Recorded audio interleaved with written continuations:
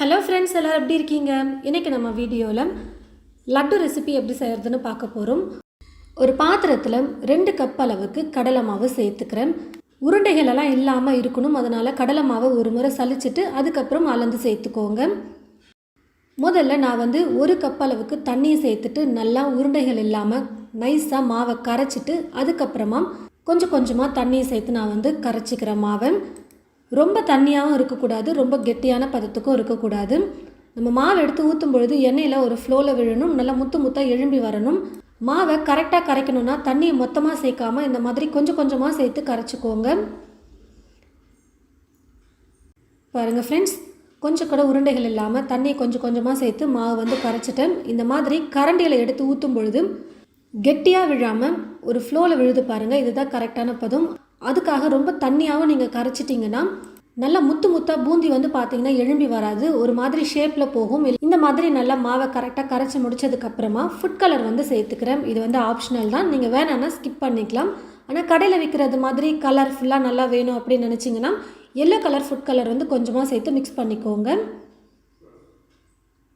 இப்போ பூந்தி பொரிக்கிறதுக்கு பேனில் பார்த்தீங்கன்னா எண்ணெய் ஊற்றி வச்சுட்டேன். எண்ணெயை நல்லா காஞ்சிருச்சு.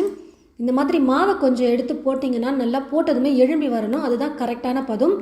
எண்ணெய் பூந்தி செய்கிறதுக்கு நல்லா காஞ்சி இருக்கணும். மாவு எண்ணெயில் பட்டதுமே டக்குன்னு மேலே எழும்பி வரணும், அதுதான் அப்போ தான் எண்ணெய் கரெக்டான பதத்தில் காஞ்சி இருக்குன்னு அர்த்தம். பூந்தியும் நல்லா நமக்கு முத்து முத்தாக கிடைக்கும். இந்த மாதிரி அகலமான ஒரு பேனாக எடுத்துக்கோங்க. கீழே பார்த்தீங்கன்னா ஃப்ளாட்டாக இருக்கணும், அந்த மாதிரி பேன் யூஸ் பண்ணுங்கள் கடாய்க்கு பதிலாக. நான் பார்த்தீங்கன்னா இப்போது பூந்தி கரண்டி இல்லாமல் வீட்டில் யூஸ் பண்ணுற நம்ம இந்த கண்ணு கரண்டி வச்சே தான் செய்ய போகிறோம். பூந்தி கரண்டி இருந்ததுன்னா நீங்கள் அந்த பூந்தி கரண்டி யூஸ் பண்ணிக்கலாம், இல்லாதவங்களுக்கு இது ரொம்பவே யூஸ்ஃபுல்லாக இருக்கும் இந்த டிப்ஸ். மாவை ஒவ்வொரு முறையும் கரண்டியில் நல்லா கலந்து கொடுத்துட்டு அதுக்கப்புறமா எடுத்து நம்ம இந்த கரண்டியில் ஊற்றிக்கலாம்.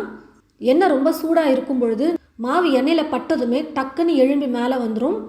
எண்ணெய் காயலைன்னா கண்டிப்பாக முத்து முத்தாக நமக்கு கிடைக்காது, அப்புறம் ஒன்றோட ஒன்று ஒட்டிடும். கரண்டி வச்சு நல்லா கலந்து கொடுத்துட்டு கரெக்டாக 30 செகண்ட் இல்லைன்னா 45 செகண்ட் நம்ம குக் பண்ணாலே போதும். ரொம்ப நேரம் குக் பண்ணிட்டோம்னா ரொம்ப கிறிஸ்பியாக வந்துடும் பூந்தி. ஸ்வீட் பூந்தி லட்டு செய்கிறதுக்கெல்லாம் பூந்தி பார்த்திங்கன்னா சாஃப்டாக இருக்கணும், ரொம்ப நேரம் நம்ம குக் பண்ணக்கூடாது. கரெக்டாக ஒரு 45 செகண்ட் இல்லைன்னா 30 செகண்ட் குக் பண்ணுங்கள். எண்ணெய் ரொம்ப சூடாக இருக்கும் போது நம்ம போடுறதுனால மாவும் சீக்கிரமாக வெந்துடும். இப்போ நான் ஒரு 45 செகண்ட் குக் பண்ணேன். இந்த மாதிரி ஒரு வடிகரண்டி யூஸ் பண்ணி எடுக்கும்போது ரொம்ப ஈஸியாக இருக்கும். ஒவ்வொரு முறையுமே நீங்கள் மாவை கரண்டியில் ஊற்றும் பொழுது இந்த மாதிரி கரண்டியை கழுவிட்டு நல்லா துணி போட்டு தொடச்சிட்டு ஈரம் இல்லாமல் அதுக்கப்புறமா நீங்கள் மாவு ஊற்றுங்க. இதே போல் இருக்கிற எல்லா மாவையுமே நான் பூந்தி செஞ்சு எடுத்துக்கிறேன். பாருங்கள் ஃப்ரெண்ட்ஸ், பூந்தி செஞ்சு எடுத்தாச்சு. இப்போ பார்த்தீங்கன்னா எல்லாருக்குமே பர்ஃபெக்டாக முத்து முத்தாக கிடைக்கும் அப்படின்னு சொல்ல முடியாது. கொஞ்சம் மாவு பார்த்தீங்கன்னா இந்த மாதிரி ஷேப் இல்லாமல் கொஞ்சம் பெருசாக நமக்கு கிடைக்கும்.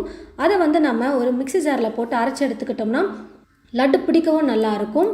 நான் பார்த்தீங்கன்னா எல்லா பூந்தியுமே அப்படியே லட்டாக நான் பிடிக்க போகிறதில்ல. பாதி பூந்தியை பார்த்தீங்கன்னா அரைச்சி நான் சேர்க்க போகிறேன் லட்டு செய்கிறதுக்கு. இந்த மாதிரி நீங்கள் ட்ரை பண்ணி பாருங்கள், ரொம்பவே சூப்பராக இருக்கும்.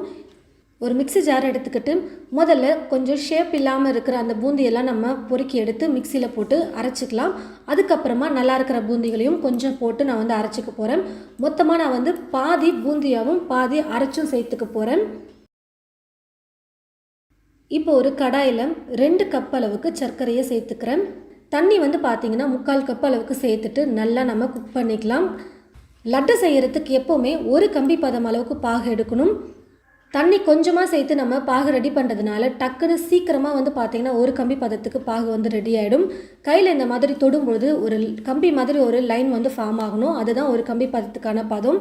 கரெக்டாக ஒரு கம்பி பதம் வந்ததுமே ஸ்டவ் ஆஃப் பண்ணிவிட்டு மணத்துக்காக ஏலக்காய் தூள் ஒரு 1/4 டீஸ்பூன் அளவுக்கு நான் சேர்த்துக்கிறேன். கூடவே ரெடி பண்ணி வச்சுருக்கிற இந்த பூந்தியும் சேர்த்துட்டு நல்லா கலந்து கொடுத்துக்கலாம். ஒரு கம்பி பதம் வந்ததுமே ஸ்டவ்வை நீங்கள் டக்குன்னு ஆஃப் பண்ணிவிட்டு இந்த பூந்தியை சேர்த்து மிக்ஸ் பண்ணிவிடுங்க. இந்த கடாயிலே அப்படியே நல்லா டைட்டாக கலந்து கொடுத்துட்டு இந்த மாதிரி நல்லா அழுத்தி வச்சிட்டிங்கன்னா நல்லா ஊறி வந்துடும். அப்பப்போ பார்த்தீங்கன்னா கலந்து கொடுத்து இந்த மாதிரி டைட்டாக அழுத்தி வச்சுடுங்க. சக்கரை பாகு பார்த்தீங்கன்னா பூந்தி ஒரு 3/4 பாகத்துக்கு நல்லா அப்சர்வ் பண்ணிக்கிச்சு. இப்போ ஒரு குட்டி தாளிப்பு கரண்டியை வச்சுக்கிட்டு அதில் 2 டீஸ்பூன் அளவுக்கு நெய் சேர்த்துட்டு கொஞ்சமாக முந்திரியை சேர்த்து நான் நல்லா பொன்னிறமாக வர வரைக்கும் வறுத்தெடுத்துக்கிறேன். வறுத்த முந்திரியும் நெய்யும் அப்படியே நம்ம இந்த லட்டில் சேர்த்துட்டு நல்லா கலந்து கொடுத்துக்கலாம். இப்போ வந்து பார்த்திங்கன்னா இன்னும் நல்லா ஈரப்பதமாகவே இருக்குது பாருங்கள். நம்ம பிடிச்சி வச்சாலும் ஷேப் வந்து வராது. அதனால் இன்னும் நல்லா ட்ரை ஆகணும். நான் வந்து இப்போ ஒரு நைட் ஃபுல்லாக அப்படியே விட்டுட்டு அடுத்த நாள் காலையில் தான் லட்டு வந்து பிடிக்க போகிறேன். இப்போ பாருங்கள் ஈரப்பதம் கரெக்டான கன்சிஸ்டன்சியில் இருக்குது. நம்ம லட்டு பிடிக்கிறதுக்கான பதத்தில் இருக்குது. ஒரு சிலர் வந்து பார்த்திங்கன்னா அப்போவே நல்லா ட்ரை ஆனதுக்கப்புறமா உருண்டை பண்ணி வச்சுருவாங்க. ஒரு சிலர் வந்து ஒரு நைட் ஃபுல்லாக அப்படியே விட்டுட்டு அடுத்த நாள் வந்து லட்டு பிடிப்பாங்க. நைட்டு ஃபுல்லாக நான் வந்து இப்போ ஊற விட்டுட்டு அடுத்த நாள் காலையில் வந்து இப்போ லட்டு பிடிக்க போகிறேன். நல்லா கரண்டி வச்சு கலந்து கொடுத்துட்டு அதுக்கப்புறமா இந்த மாதிரி நம்ம லட்டு பிடிக்கும் போது ரொம்பவே சாஃப்டாக இருக்கும். உருண்டை பிடிக்கிறதுக்கும் கரெக்டாக இருக்கும். அழகுக்காக மேலே ஒவ்வொரு முந்திரியாக வச்சு நம்ம இப்படி உருண்டை பண்ணும்போது பார்க்கவும் சூப்பராக இருக்கும். பாருங்கள், கரெக்டான கன்சிஸ்டன்சியில் லட்டு வந்து நம்ம பிடிச்சிட்டோம். பாகு வந்து பார்த்திங்கன்னா ஒரு கம்பி பதத்துக்கு மேலே போயிடுச்சுன்னா நீங்கள் பூந்தியை பாகில் போட்டு மிக்ஸ் பண்ணும்போது சீக்கிரமாக வந்து கெட்டியாயிடும். அப்போவே நீங்கள் வந்து உருண்டை பிடிக்கிற மாதிரி ஆகிடும். ஆனால் 2-3 நாளாக வச்சு சாப்பிடும்பொழுது சர்க்கரையை கடிச்சு சாப்பிட்ற மாதிரி இருக்கும். ரொம்ப சீக்கிரமாக ட்ரையான பதத்துக்கு வந்துடும் லட்டு. அதே கரெக்டாக ஒரு கம்பி பதத்துக்கு நீங்கள் பாகை ரெடி பண்ணிவிட்டு இந்த மாதிரி பூந்தியை கொட்டி ஒரு நைட் ஃபுல்லாக நீங்கள் அப்படியே விட்டுட்டு அடுத்த நாள் நீங்கள் நல்லா கலந்து கொடுத்துட்டு உருண்டை பண்ணும்போது நல்லா சாஃப்டாகவும் இருக்கும். ஒரு வாரம் வச்சு சாப்பிடும்போதும் நல்லா சாஃப்டாக இருக்கும் லட்டு. நான் வந்து பார்த்திங்கன்னா 250 கிராம் கடலை மாவு எடுத்திருந்தேன், 1/2 கிலோ சர்க்கரை எடுத்திருந்தேன். மொத்தமாக எனக்கு 25 லட்டு கிடச்சிது. வெயிட் போட்டு பார்த்ததில் 1 கிலோ லட்டு வந்து எனக்கு கிடச்சிது. ரொம்பவே சாஃப்டாக சூப்பராக இருக்கும். இந்த மாதிரி நீங்கள் செஞ்சு பாருங்கள். எல்லாருக்கும் ரொம்ப பிடிக்கக்கூடிய வகையிலையும் இருக்கும். இனி நீங்கள் கடையில் போய் வாங்கி சாப்பிடவே வேணாம். வீட்டிலையே தேவைப்படும் போதெல்லாம் கொஞ்சமாக மாவை வச்சு நீங்கள் லட்டு சூப்பராக செய்யலாம். வீட்டில் இருக்கிறவங்க எல்லாருமே திருப்தியாக சாப்பிடக்கூடிய அளவுக்கு உங்களுக்கு கிடைக்கும். கண்டிப்பாக நீங்கள் நான் சொன்ன இதே அளவுகளை கொண்டு உங்களுடைய வீட்டில் ட்ரை பண்ணி பாருங்கள். ட்ரை பண்ணி பார்த்துட்டு எப்படி இருக்குன்னு சொல்லிட்டு மறக்காமல் கமெண்ட் பாக்ஸில் வந்து கமெண்ட் பண்ணுங்கள். தேங்க்யூ.